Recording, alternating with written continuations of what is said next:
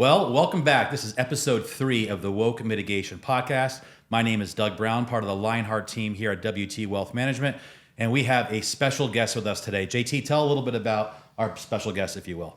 Yeah, we're extremely thrilled to have you here today. We have Matt Cole, who's the Chief Investment Officer and Chief Executive Officer of Strive Asset Management. You may have heard us mention Strive in our previous podcast.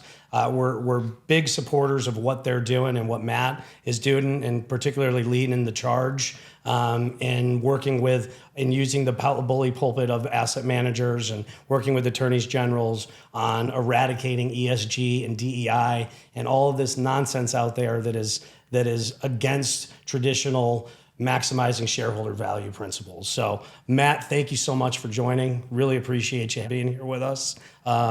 Maybe make a bit of an introduction about yourself and tell us about Strive. Yeah, thanks for having me, guys. First off, excited to be here.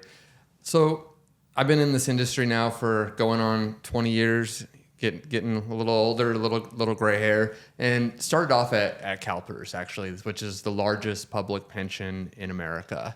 And grew up in the Sacramento area, joined there because I wanted to help fix a massive crisis that this country faces, which is the underfunded pension crisis. And the reality is that whether it's pensions, 401ks, that Americans just generally don't have enough money saved for retirement. It's a big problem.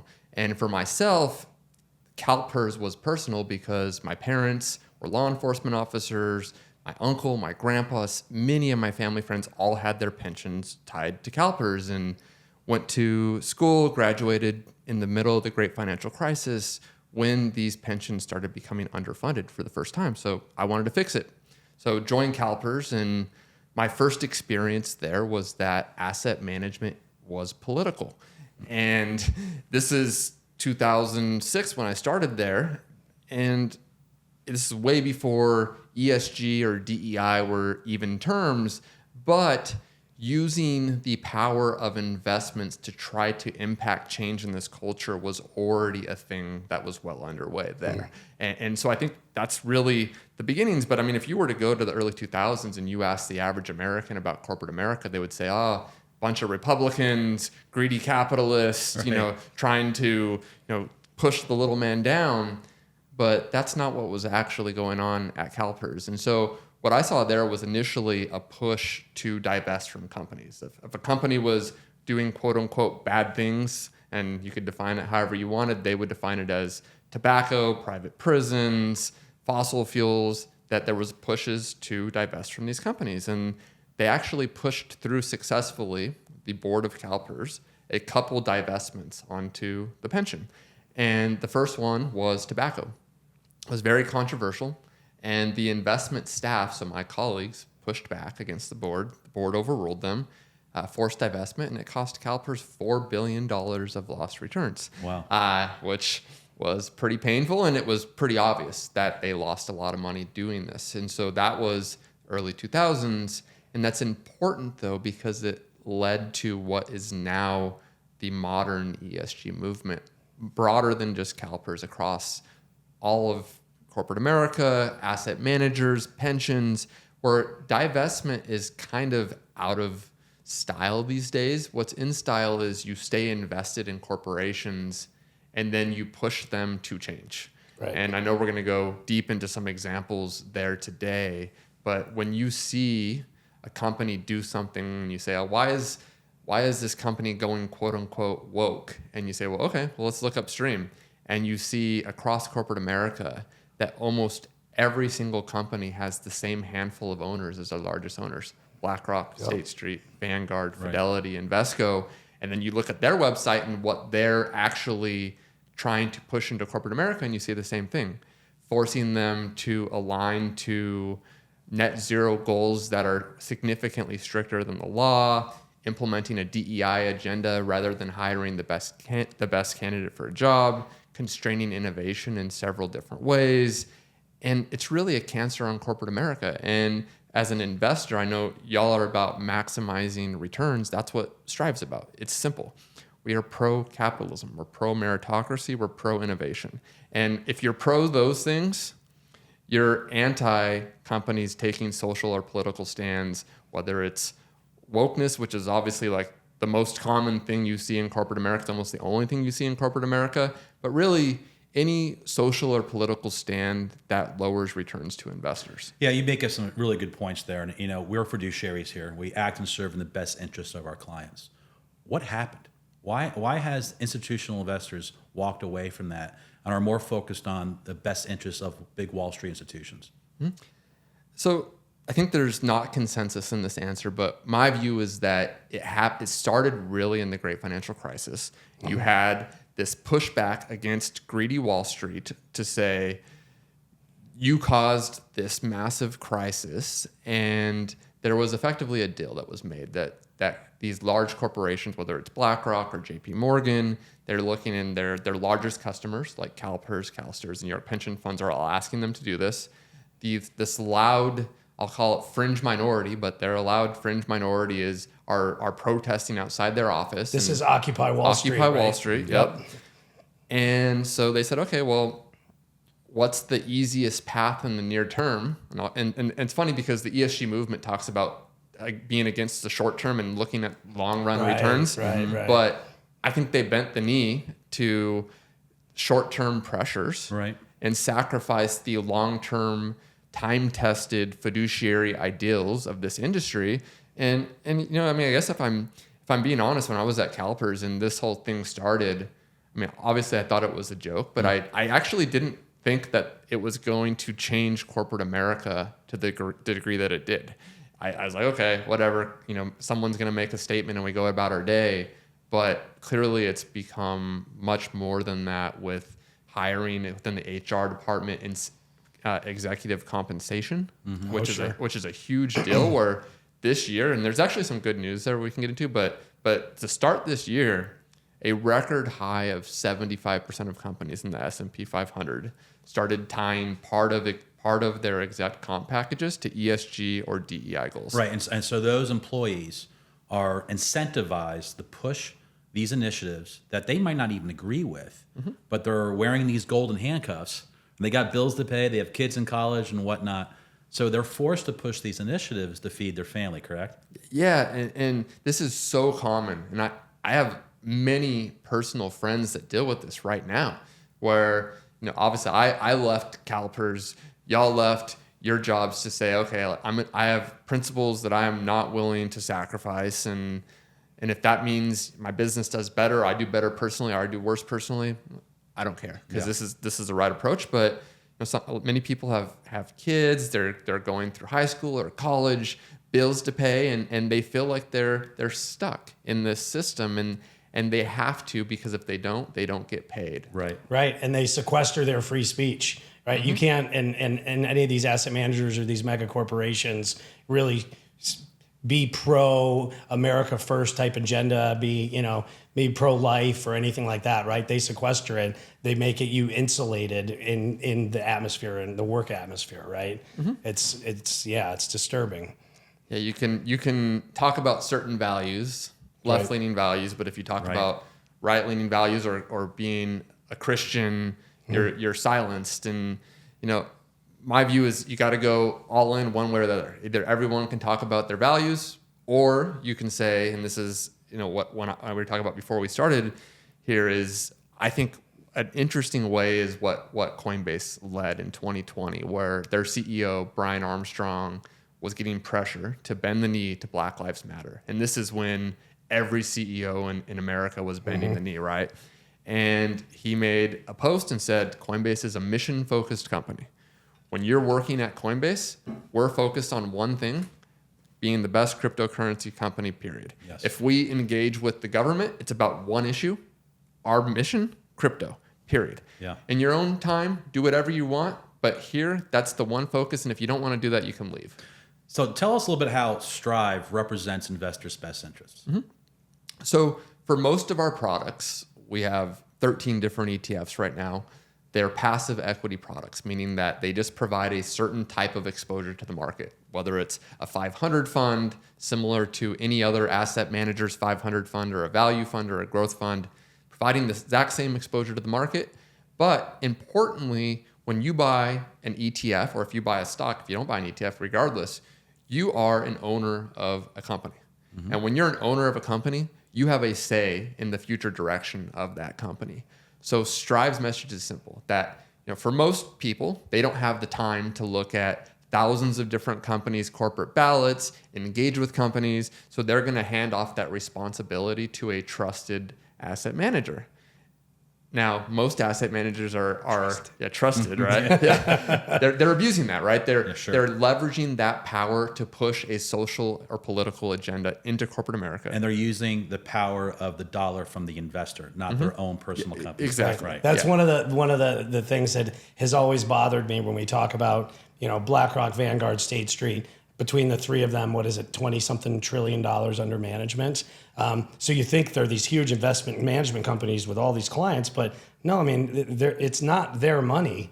It's our money. It's our clients' money. It's your pension. It's your 401k, your IRA, that they're just using their collective groupthink and buying power to bully these corporations, right? And not only are they doing that, they're not open about what they've done or what they're doing.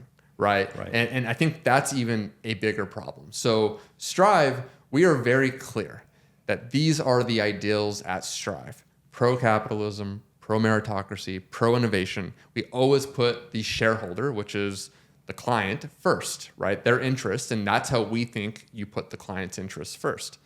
BlackRock, State Street, Vanguard, go down the list. They were not open about how they were leveraging the client's funds to push an ESG or DEI agenda. And that's why you're starting to see some legal risk pop up with these asset managers. And then there's this whole, hot potato of who's actually at fault here. Is it BlackRock? They'll claim that they were open about how they were doing it. Is it the advisor? Who is it? Like, ultimately, I'm not a lawyer. I'm a finance guy. But that's the game that's going on right now, is who's ultimately at fault for this pushing of non-financial interests with clients' money. With Strive, it's clear, and maybe there's some people that want corporations to take certain social or political stands. That's not going to be Strive. Strive is pushing maximizing value, remove social and political issues from corporations. So that leads to a question that I have for you. So I was at Northern Trust. In my last role at Northern Trust, I was responsible for a new business vertical, distributing our ETFs, index funds, and other investment strategies to what we called institutional investors, but it was primarily to other asset managers and hedge funds, right? It was at that point in time when I got a behind the curtain view of what ESG and DEI was about, and they were pretty overt when I'm going through the due diligence process in completely acknowledging that they're going to forego investors are going to forego returns, or they'll get suboptimal returns, but they will be more than compensated in making social or political change and impact, right? That to me is being in complete breach of your fiduciary obligation to make money for your clients, right? Doug, and so that was the catalyst for me leaving. Doug had another reason, right? Yeah, my catalyst was really based on my faith. So I stuck it out at Northern Trust for quite some time through all the DEI stuff, the ESG stuff, the vaccine stuff, stuck it all through there. But the minute that the Supreme Court sent Roe v. Wade back to the states, Northern Trust sent an email out basically saying, and I'm paraphrasing, although we disagree with the decision, we are willing to pay travel benefits for any woman seeking an abortion outside their state. And so I looked at my wife and I said, I can't keep on supporting this company. And I quit 3 days later. That's when I truly had my wake-up call to truly start walking the walk and align my values with my career. So you have a similar path as well, a little bit with CalPERS and transition to Strive. Yeah, and I know you all know it, but just briefly, it was really 2020 that changed my life with regards to my faith, and I've been Christian, religious in a varying degree throughout my life, but I wasn't a bold Christian. I wasn't a Christian that read the Bible every day or anything like that. It was more just going about my life, and my wife and I fell away from our church during the George Floyd riots, when our first church actually started making statements in support of Black Lives Matter. And you go on Black Lives Matter's website, and the first thing you see is they want to demolish the nuclear family. And it's like, okay, what does this have to do with being a Christian? It's clearly against Christian ideals. So we stopped going to this church. We're just church homeless. COVID happens, and in California, they shut the churches down. And a couple of churches in around May of 2020 opened up in defiance of Gavin Newsom's orders and said, well, you can go to Target. You're encouraged to peacefully protest, or another word for violent riots. But do go out there, but you can't go to church. And clearly, it's like if you can do those things, it's safe to go to church, and the church is essential. So I believe there was 2 churches in California that opened their doors. One in Northern California, one in Southern California. I was in Northern California, and Charlie Kirk ended up coming to the church there, posted about it on social media, his podcast, and heard about it and went there, and it changed both of my wife's and my life, where we became bold Christians, reading the Bible every day, and decided for both of us that we were going to live a bold life of standing up for what we believe in. And a big part of that is what led us ultimately to join Strive. Well, God bless you for doing that. Yeah, God bless you for that. Thank you. Because you are doing God's work. You are representing the investor. And that's what people need to know. And I think one of the questions that a lot of clients ask us is, why do we own Target? We don't actually. But why would you own Target? So Strive is a Target shareholder, correct? Yeah. So explain a little bit to people why Strive owns Target. So Strive's approach is pretty simple. And it's that when you divest from any company, you start to constrain from like an optimization standpoint your risk-adjusted returns. And this was the lesson that CalPERS learned when they divested from tobacco stocks. And when you look at corporations, I would argue that corporations becoming overly social or political is a huge negative, but it's one negative, and it's a negative that could be changed. Because if you look back, when did ESG and DEI really start picking up? Well, the first company in the S&P 500 started doing executive comp tied to ESG and DEI in 2010. And from 2010 to this year, it went from 0 to 75%. Okay. This year, though, this is not broader than just the S&P 500, but in our holdings, companies that we hold, which is a couple thousand, over 50 started reversing executive comp tied to ESG and DEI. And they did that because companies like Strive are engaging with them. To our knowledge, we're the only asset manager that is engaging, pushing back on these. But maybe there's another one out there, and I don't want to discount that. Well, just think about the headline risks that Target took on when they started to promote the transgender bathing suits and underwear for little boys and girls, right? That was devastating to their bottom line, right? Yes. But yet they kept pushing for it, right? Yeah, and it's actually easy after one of these viral moments happen to say, oh, okay, sell Target. But I'll give you actually what I think is a better example of the difficulty of if you're trying to remove a woke corporation from your portfolio. And it's actually in the beer industry where you had this whole Bud Light fiasco, right? And I remember when it happened, I actually happened to be in Iowa. I was traveling there for a work thing, and it just happened to be by the gay district, and there was a drag bar, and you had a Coors Light sign and you had a Bud Light sign right there, and like with the rainbow, and then you start looking into this, and it's kind of by chance that it was Bud Light and not Coors Light. And Coors Light became the winner in this, and Anheuser-Busch became the loser. If you're really trying to take a principled stance, you would almost be selling every single company in America. And I'll give one other example, and it's some friends of mine that they run a Christian investing organization. And you think, okay, great. And they sell companies that are anti-Christian. So if a company is engaged in pornography or whatever, they don't own it.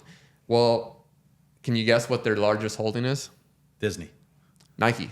Okay. And you look at Nike and say, how engaged in left-leaning social and political issues is Nike? Have they been engaged in literally child slave labor practices in China? Yes, but they're the largest holding. And so I just don't think you could not own Target, but you're still going to own companies that are probably doing the same thing. You're hitting on a chord with us because we always tell our clients that we cannot eliminate your exposure to wokeism, but we can sure mitigate it.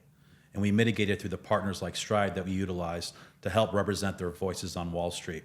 So we always encourage people that, it might make you feel good to boycott somebody at the cash register, right? Boycott Netflix, boycott Disney, boycott Bud Light and Target, fine. But if you start boycotting everybody that you disagree with, your life's going to get difficult, right? You're going to have to figure out another way, another source to get the items you need to live comfortably. So we tell folks, if you really want to make a change, you need to boycott the investments that you're making in your portfolios. You need to boycott BlackRock, Vanguard, State Street, JP Morgan, Goldman Sachs, Northern Trust. Take the money away from them because it is your money. You have a choice. You can do whatever you want with it and find partners like the Lionheart team, partners like Strive to invest your money in. Exactly. And even so, I agree with 100% of what you're saying. And even to add to that, if you sell, let's say, your Target shares, well, then who's going to buy it? It's probably going to go into a BlackRock portfolio first. And so then the amount of shares that are going to be further pushing, even more. It's going to go. So I think consumer boycotts actually can be effective because you start to lower sells. Investor boycotts of BlackRock, State Street, Vanguard can be effective because they're literally using those shares to push in policies that are bad, right? But selling them all together can even be counterproductive to that. I would agree with that because the way that we view it is you would rather be a shareholder of that corporation, so you have a say as a shareholder in your proxy voting to the direction of the company and everything else, as well as you still may be foregoing or you're missing out on some investment opportunity. But can you touch a little bit upon the importance of proxy voting and how Strive offers that service as an asset manager, but as well as potentially to advisors as guidance to really making your voice heard within a corporation?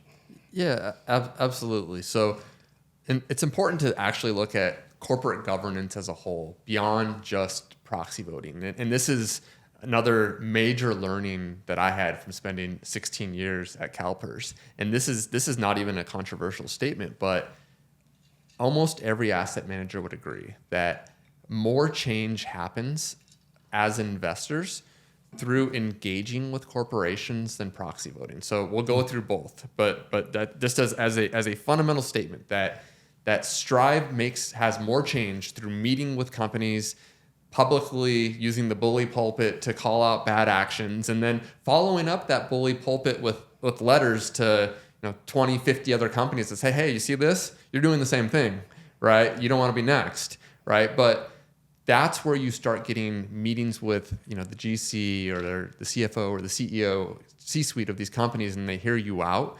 And then they sometimes will implement change without actually having a proxy vote. And that's true whether it's Strive, CalPERS, or BlackRock. And so that's where change happens. With regards to proxy voting, just for people that aren't aware, you own a share of a company. Every year there's elections, there's voting on whether it's if you take the political stance like a proposition to change something at the corporation or the board of directors or the executive pay compensation, the investors are voting on all those things and ultimately approving them. And so whether you're Strive or you're BlackRock, you're voting, right? But we are voting to maximize value. So we end up voting against a substantial amount of the board of directors of major corporations because so many of these board of directors, we do serious research on every single one, are engaged in ESG, DEI, things that are destructive to shareholder value. So we'll vote against them. We'll vote against executive pay. We take a very fundamental approach where even if a company has performed well, we think this is still a constraint on their ability to perform the best that they can and ultimately represents a material risk to their future business. So we'll vote against whether it's the CEO or doesn't matter until they start fixing those problems. It's a good segue to, so we've talked a lot about ESG and DEI. If you would, for our audience, explain what ESG is. Mm-hmm. Okay, so I'll tell you what the ESG proponents would say first, because it's actually, if you ask 10 different people what ESG is, you'd probably get 10 different answers. And I think that's a feature, not a bug. But ESG is defined as environmental risk, social risk, and governance risk. And so I would say if that's what it truly is, as an investor, I should consider every risk factor if it's material for my investments. And so I could give you examples where environmental risk might be a material risk factor. If I was buying real estate in the Sierra Nevadas of California that have had wildfires for the last 10 years. I probably care how, what the situation is around the home that I'm buying. I care about what the environmental risk is to that, right? And so you can come up with scenarios where it is material. You can come up with scenarios. S risk is really, at the end of the day, things like hiring practices. And so I would argue that Strive's approach, meritocracy, is an approach to S risk.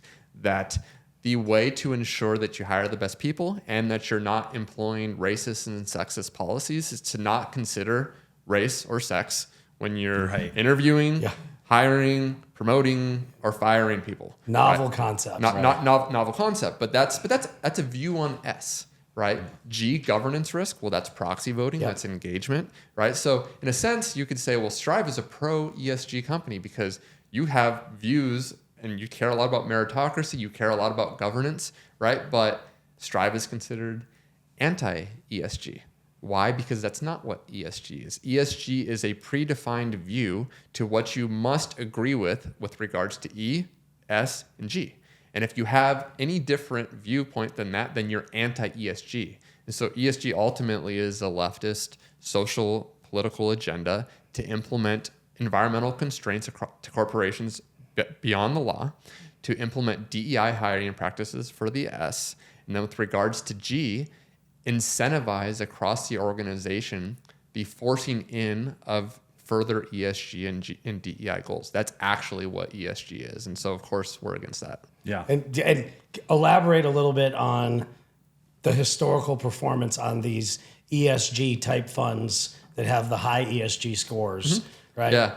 So there's obviously a lot of them, and I guess it's probably even worth just like talking about ESG scores for a second, because oh my gosh, what a joke those are. If you were just to ask the average person, hey, who do you think has a higher ESG score? Tesla makes electric vehicles, big solar panels. Or Philip Morris, who makes cigarettes. Right, Elon's bad. Right. Yeah. Elon promotes free speech, right?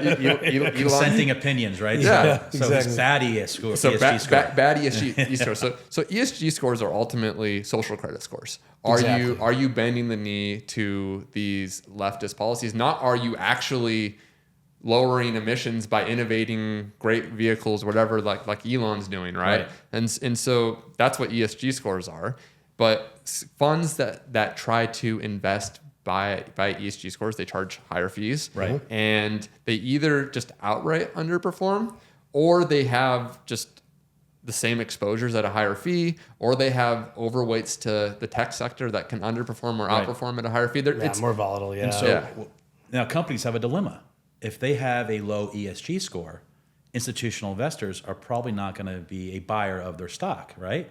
So the higher the ESG score, institutional investors will be more attracted to it. It's almost like a give and take there a little bit, isn't it? It is, and even further than just buying the stock, the price to finance debt as a company goes up a little bit if you have a low ESG score, because certain investors won't consider buying your debt. And so this is where you start to get some of the conflicts in this industry, where you have corporations like ISS, Glass Lewis, Morningstar, where you have a low ESG score. Why don't you give me some money and we can help fix your problems for you, right? Implement DEI hiring practices, make some statements, and your score went up. So it's really a social credit score, and obviously something that can force companies to push an agenda and ultimately pay a price if they don't. Yeah. So I'd love to touch on D&I too, DE&I or DEI. We were trained to say DE and I, right? When we were at Northern Trust. And then they went simple with DEI. But we're going to take a quick break, hear from our sponsors, and then we'll resume here momentarily. Do you know your woke score?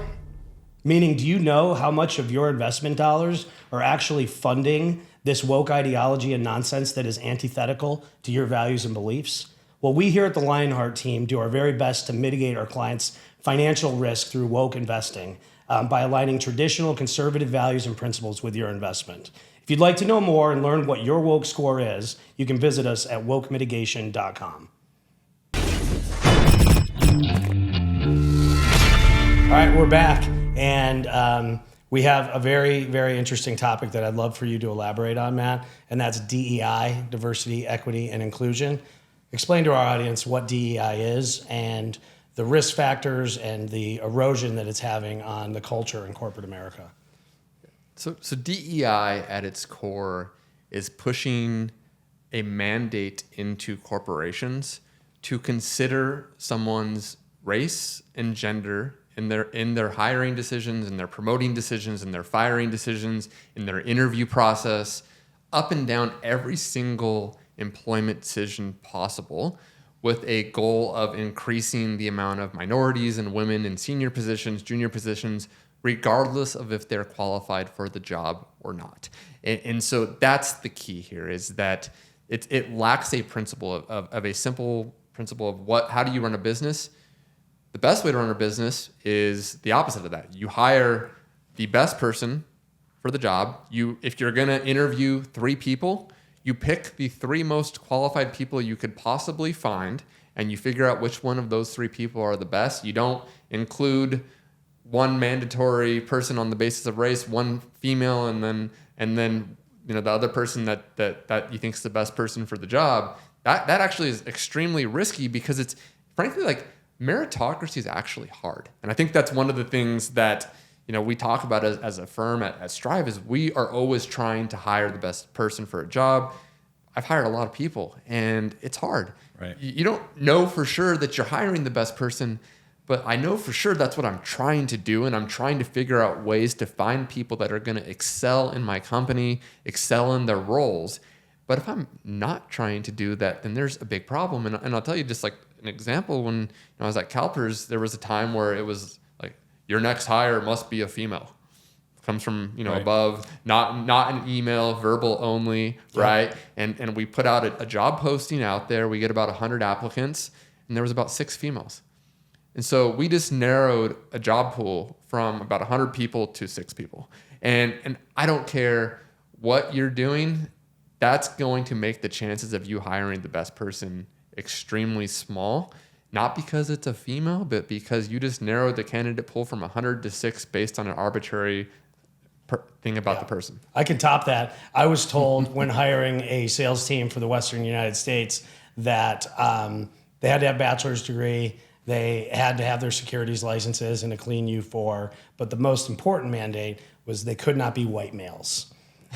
And so talk about limiting the pool, right? Even more, and the antithesis of a meritocracy, right? And I personally witnessed firsthand how these hiring practices throughout the company, when you're not focused on meritocracy and on who's the best person for the job, and rather than who checks a box, right? A diversity box, you're going to see output and productivity decline. And ultimately, you can see the stock price of the company decline simply from the DEI mandates and the hiring practices that they have. Yeah, and it's also extremely difficult to unwind. Once you've started to do that, you start implementing quotas across your organization, hiring not on the basis of merit. And then if you want to undo that, it's kind of like a cancer that spreads. You hire someone to run HR that's implementing this, and then the managers across the firm, if they don't do this, they feel like they're not going to get promoted, and so it just starts to spread out within an organization. And how do you unwind that? You really have to do it quick, and you have to do it boldly, or otherwise it really represents a material risk to corporations. Right. DEI really represents equality of outcomes, right? Mm-hmm. And meritocracy represents equality of opportunity. Yes. And that's what we believe in. Give the job to the best candidate. Doesn't matter their sexual orientation, their gender, the color of their skin, but can you do the job and can you do it well? And if companies just focus in on that, they'll deliver a better product and a better service, right? Which thus returns to a better share price for the investor. Yeah. Maximizing value for the shareholder, right? Absolutely. This is actually, I think, of the pillars of ESG, the largest risk to corporations performing well, because your employees matter a ton. And I'll say for companies that actually reject that, what a massive opportunity that many of the largest companies in America are hiring for non-meritocratic reasons.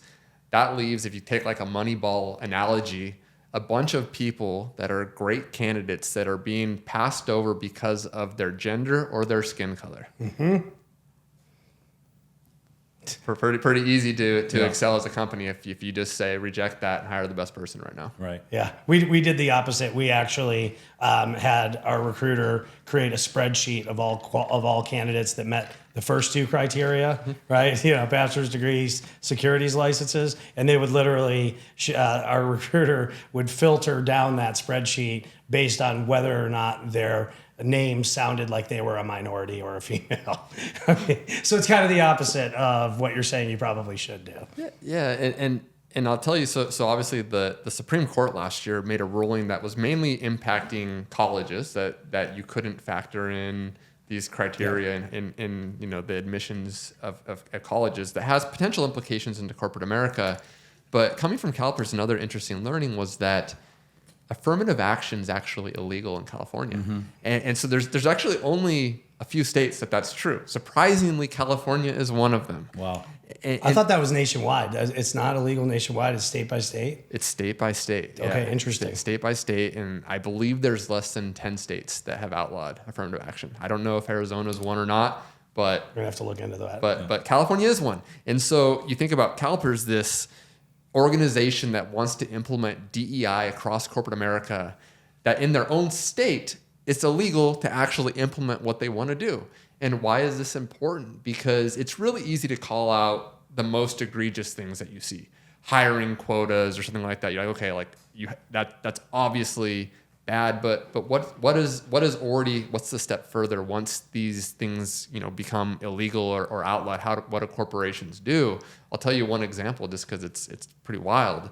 So one of the things that one of the private equity partners for CalPERS was doing was before they would vote on a board of director candidate for any company, they required that you send a picture of the person to them before they would vote. And so I remember this is a webinar, I was on it, and this was, kind of 2020 or 2021 when I'm like, all right, I'm done with this.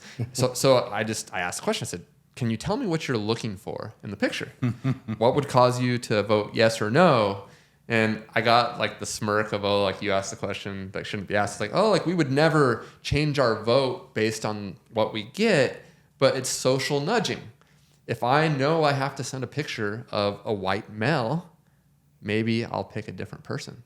And so even though I don't implement a mandatory quota, I'm still able to socially nudge people to change in the direction that they want. And games like that exist all around. Well, it's not just affecting white males. As we know, what happened to the Ivy League schools.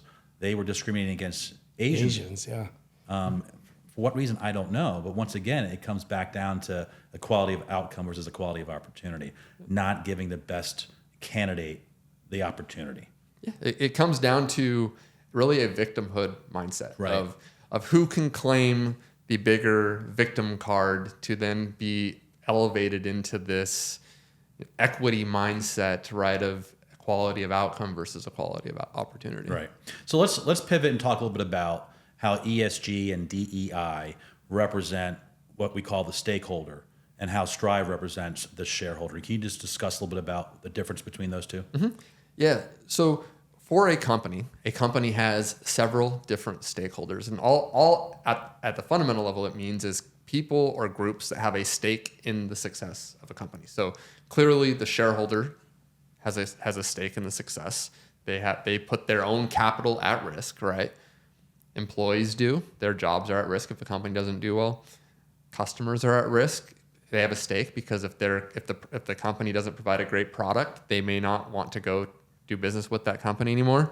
Governments have a stake in the success of a business because they collect taxes. So all these are stakeholders. And so there's two different mindsets and philosophies with regards to investing. One is shareholder capitalism, or also called shareholder primacy. And that's the view that of all those different stakeholders, you have to prioritize. There has to be one master, another way to say it. and that the master is the shareholder. They put their capital at risk. They're the owner of the company, and they are ultimately the driving decision makers of where this company goes and the decisions that it makes. That's shareholder capitalism, and that's also what's been the rule of the law in America for the last 100 plus years for most large publicly traded companies. The other way is the European way. And the European way, since about 1980, is what's called stakeholder capitalism. And so it's saying, no stakeholder is superior to the other. All stakeholders are created equal. And really that just creates tons of confusion, because if no one's above the other, then you have all these decisions. Should I pay my employees 100% of my profits and not take none? Should I price my products below what they even cost? How do you think about these different issues? Well, there's no driving factor, so it just leads to all sorts of confusion. That's the European model. And if you follow the returns of Europe versus America over the last 40 years, what you would note is that there's over a 2,000% return difference. Right. 2,000%. That's a massive difference. And this is of S&P 500 versus the European equivalent. I think it's 600 companies. And if you think about 2,000%, that over 40 years boils down to about 3.5% per year, which is a lot, but you might say in 1 year you might not really notice that in your portfolio. But this is, what y'all talk about all the time, the power of compounding, right? Yeah. Start investing when you're in your 20s, maybe you retire when you're 60, 40 years. Do you want 2,000% difference or not? It's really the difference between retiring comfortably or not. And can you touch a little bit upon the World Economic Forum and Klaus Schwab, the founder of the World Economic Forum, and how that pertains to stakeholder capitalism? Yeah. So we talked about how it was about 40 years ago that Europe really adopted stakeholder capitalism. And this is prior to the World Economic Forum, but it was actually where Klaus Schwab got his fame. He wrote a book about stakeholder capitalism in Europe and really sold it across Europe as a country. And most European nations actually adopted stakeholder capitalism. And this is according to the World Economic Forum themselves. So they talk about how great it is that 40 years ago, Europe adopted stakeholder capitalism. But really, when you look at it, that's ultimately why Europe has underperformed. And it's not just at the corporate level, it's at the regulation level. All these different places where they overregulate, their employees don't work as hard, their companies aren't prioritizing the shareholder. All those things compound to a massive difference in returns, and it's more than just returns. Obviously, as shareholders, we want to put the shareholder first. We think that's our fundamental fiduciary duty. But even as consumers, where does more innovation happen? More innovation actually happens in America. So it's actually showing that capitalism incentives actually drive a better ability for humans to flourish. And so if we throw that away, we throw away innovation in this country. You stop hiring the best and the brightest. You stop putting the best and the brightest through college. You stop incentivizing people that if you put your own capital at risk, you leave, we all left more secure jobs, right? I left a job at the state of California. They basically couldn't fire me to join a startup that, Elon Musk describes startups as chewing glass, staring into the abyss, right? Trying to survive. Right. And you do that because you're principled. But ultimately in America, if people like that, you have the ability to make more money. Right. That's capitalism 101. God bless the USA. Yeah. Yeah.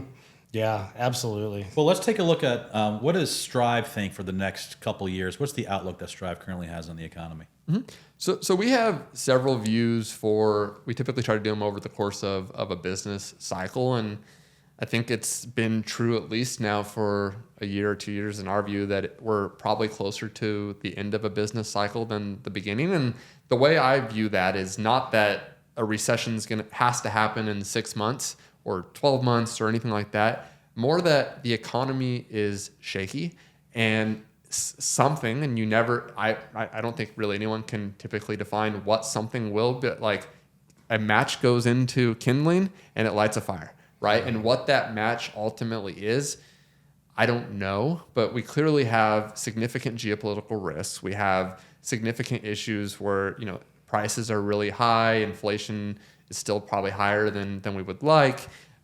We have companies that are trying to bring back, the de-globalization narrative, which ultimately raises costs. There's several different issues that ultimately you have the deficit in this country, right? And trying to figure out who's the next person that's going to buy U.S. Treasuries as we keep issuing more and more, right? And so you have all these different things, and it's like I look at that issue as an example, and I think the dollar faces significant struggles, but ultimately, is it an issue next year, 5 years, 10 years, or 20 years? I don't know, but everyone knows it's an issue, right? Everyone knows that Social Security is not funded, right? That there's this massive deficit that's not going to go away. And as much as you pick your political side, I know what side the people in this room pick, right? But regardless, like fiscal conservatism is not popular in politics right now, right? There's a lot of things that I think we could agree on of like, okay, one candidate's going to do better than the other, but is either candidate actually going to really rein in spending?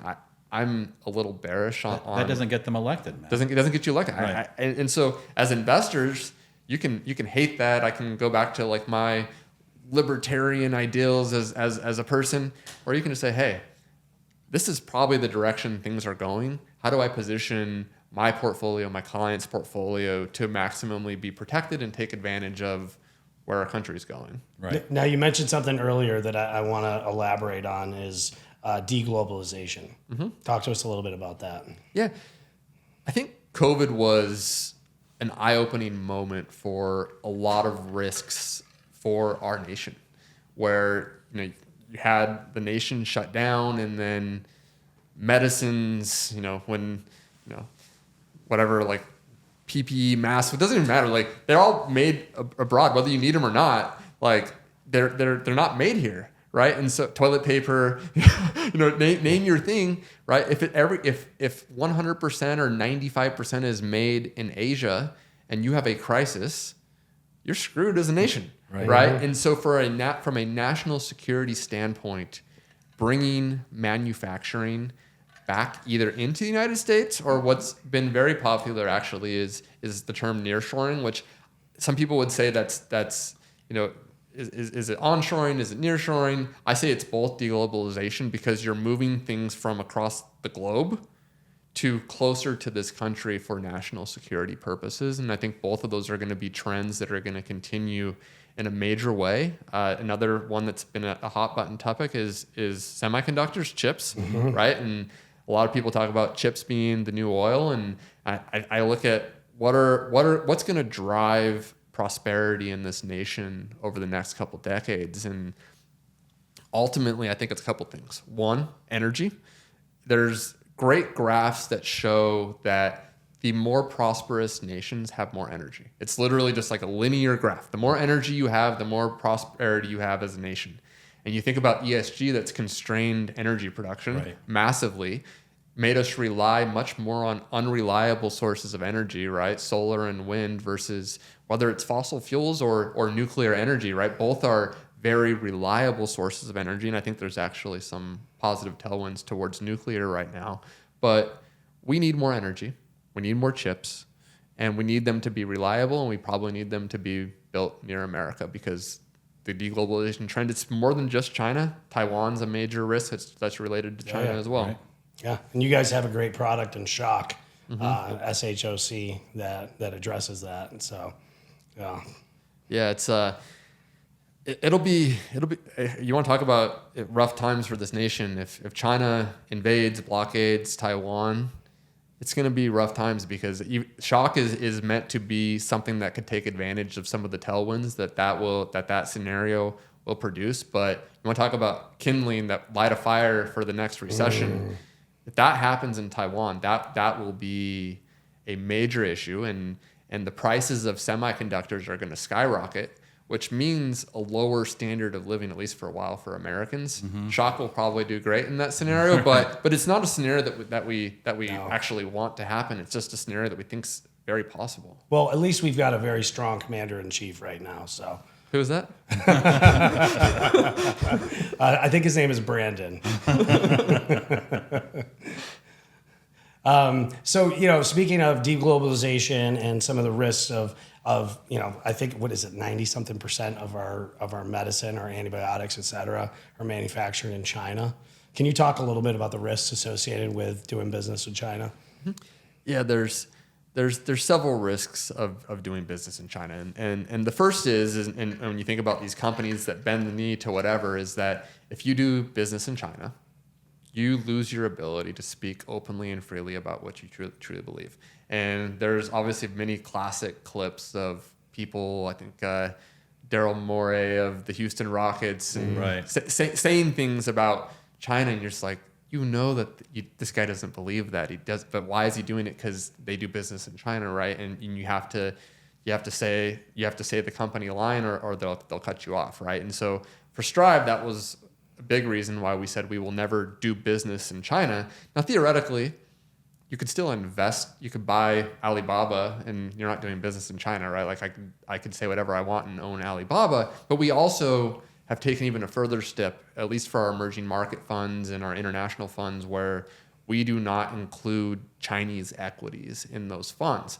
Now, I say, like, most American companies do business in China. Our funds have those companies, right, that are doing business in China. And we call China risk out to these companies in major ways. But going back to the EM fund that is ex-China, why is our fund ex-China? Well, there's the risks that we just talked about, but even a bigger risk in my view is, what are Chinese securities? What are they actually? And most investors don't know this, but most Chinese equities, you're not actually buying an ownership position in the company. So if you buy Alibaba or Tencent, what you're actually buying is a pass-through entity in the Cayman Islands. And what's interesting about that is that these entities themselves, they're called VIEs, variable interest entities, they can be written off to zero, and the company themselves, Alibaba or Tencent, may not be written off at all. And so China has the ability to cut those entities off on demand.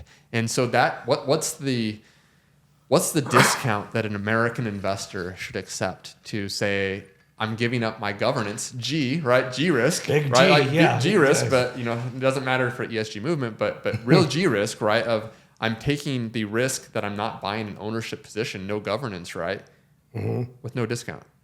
That's wild. Yeah. I think that we're talking 1 to 0, right? Like it gets wiped out overnight in certain scenarios. And one of those scenarios is China invading Taiwan and sanctions being put on China, right? So this is just a risk that is not hedgeable. And so we don't think that Chinese securities are appropriate. Even if I could make some scenario of, okay, like maybe over the next year, China outperforms America. I don't have a strong view either direction, but I say, who cares? Because ultimately, I don't want to wake up someday and have to call my clients and say, sorry, your Chinese equities are now worthless. Right. And then there's also a collaboration, right, with some of these asset managers and China.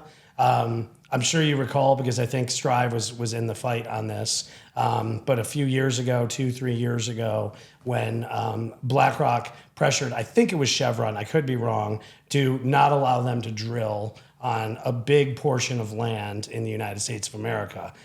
Simultaneously, they were the largest shareholder in PetroChina and granted them those same rights to drill here in the United States. Yep. Our poor American oil and gas companies, Chevron and Exxon, man, these guys have been put through a lot over the last couple of years. Chevron, that's exactly right. And so this is really interesting, because not only did it hurt Chevron, and you could call out the potential conflicts with BlackRock being the largest owner of PetroChina and benefiting from that, but ultimately it's their clients. This isn't BlackRock's capital in either one, right? But if you think about, like, imagine if you're a climate activist and shut down oil and gas for Chevron, and then PetroChina, who has less requirements for emissions, takes the same project. Right. These projects don't go away. Right. And so this is another thing that ultimately harms everyday investors that are owning American equities, right? That you constrain them, and then you push it to PetroChina, which hurts American national security, actually hurts the environment. It literally should, every person in America should be mad that happens. There should not be one person, unless you're a Chinese spy, that is happy that happened. But Dianne Feinstein's chauffeur, if I remember correctly. yeah, and Fang Fang, Eric Oh, Swalwell's, Fang. Swalwell, yeah. but you don't get that. And then you talk to ESG activists about this, and they're like, really? Like, oh, I didn't think about that. I didn't think about that. This project doesn't go away if I don't change the law. Right. But it's, the better examples is there's also opportunities for private funds in Yes. American energy that I think are very attractive, because our public companies, basically Chevron, Exxon, just have to return dividends to investors versus actually put capital to work for very attractive projects. It creates opportunity for American investors in the private markets, and unfortunately for Chinese oil and gas companies as well. So before we wrap, Doug and I, we want to reiterate to our audience and our clients a message of hope, right? We've talked about a lot of risks, a lot of things that are going on right now that are completely antithetical to most Americans' values and beliefs, in my opinion. But if you don't mind, maybe offer a bit of message of optimism and hope and faith for the future of our country and our economy, and particularly as it pertains to investment management. Well, one, I think we're winning this battle, and much faster than I expected us to. Strive just launched in 2022. Y'all just started up your business very recently, right? And if you think about the rise of ESG and DEI, we talked about earlier in the podcast how it was 2010 that the first executive compensation package got put in an S&P tied to ESG and DEI. It rose from 0 to 75% over 14 years. I do believe we're at peak ESG and DEI this year. And you look across, whether it's Twitter, you started to see a few people take a stand and say, this is wild, right? All of us were among that group of people. And now it's okay. It's become socially acceptable on Twitter to say DEI is racist and it's sexist. And you're not going to get canceled. You might get called a racist, but I think at this point, people just kind of laugh at it. So I think the Overton window about what you can say has drastically opened this year. Over 50 companies that we hold have rolled back part or all of their ESG or DEI executive comp packages. There's still a lot of work to be done. Corporations are still fumbling with this every single day, going down the woke rabbit hole. But I do think we've reached peak, and I think as more people stand up and there's actually a consequence to companies to continue to go down this route, and there's investors that are pushing back, I think we ultimately will win this, and that's the message of hope. And one of the messages, just the last thing I'll say, is that we heard from corporations when we first started Strive, and why we were able to drive change is they said, for the last several years, there was not even one investor that was standing up against these things. They were either pushing it or they were saying nothing. Right. And so just the fact that we have one investor standing up makes a massive difference in our decisions. That's great. Yeah, and the one thing investors can really do to help speed up this process is to divest from BlackRock, State Street, and Vanguard. And Northern Trust. And JP Morgan and Goldman Sachs. We can go on Invesco and PIMCO and Fidelity. I just had to make sure I threw in Northern there. Matt, thank you so much for your time, your expertise. It's been great having you on here. Again, we are huge supporters of Strive. Love the work that you're doing. Keep it up, and God bless you. Thank you. Same. Rooting for your guys' success. Thank you, Matt.